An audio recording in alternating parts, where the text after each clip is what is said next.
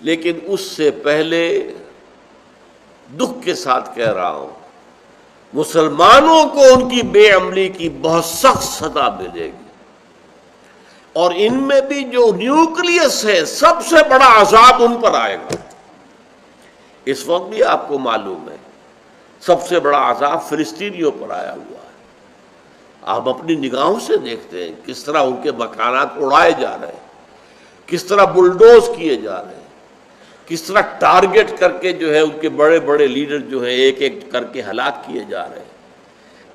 یہ سب کچھ ہو رہا ہے، لیکن ان کے عرب بھائی بھی بیٹھے ہوئے ہیں، کوئی کچھ نہیں کر رہا،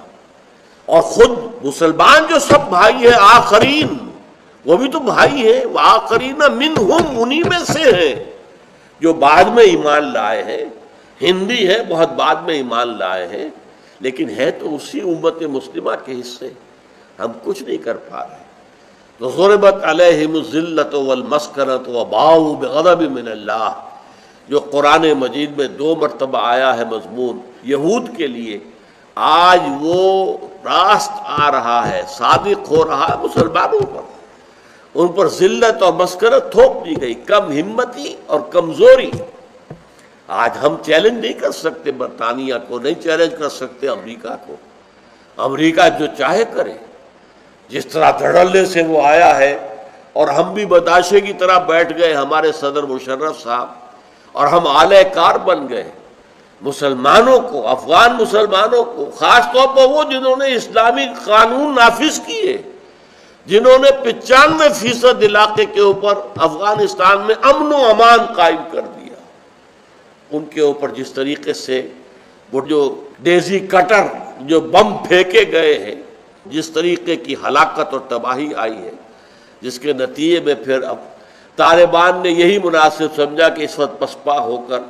اپنے آپ کو بچا لیا جائے، چھپا لیا جائے، غاروں میں چلے گئے۔ اب پھر وہ نکل رہے ہیں، باہر آ رہے ہیں، ان کی ریزسٹنس ابھی ختم نہیں ہوئی ہے۔ اس کے بعد انہوں نے جو کچھ کیا ہے عراق میں، اور اس کے بعد اب دھمکیاں تو دے رہے ہیں، ایران کو بھی ہے دھمکیاں، اور شام کو بھی ہے، اور لبنان کو بھی ہے۔ اگرچہ خود امریکہ اور برطانیہ کی فوج جو ہے اس نے یہ کہہ دیا ہے کہ جلدی کوئی اور نیا پروجیکٹ سامنے نہیں آنا چاہیے۔ We have been overstretched, ہم اتنے ہو گئے ہیں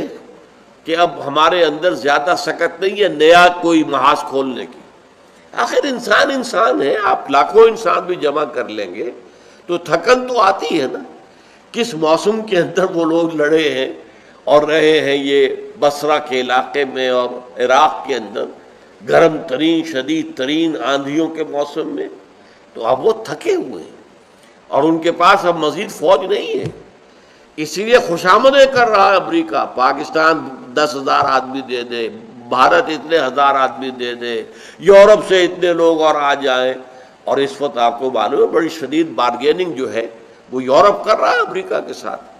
یہ شرطیں مانو تو پھر ہم فوجی دیں گے وہاں پہ امن قائم کرنے کے لیے۔ اور خدا کا شکر ہے اچھی بات سامنے یہ آئی ہے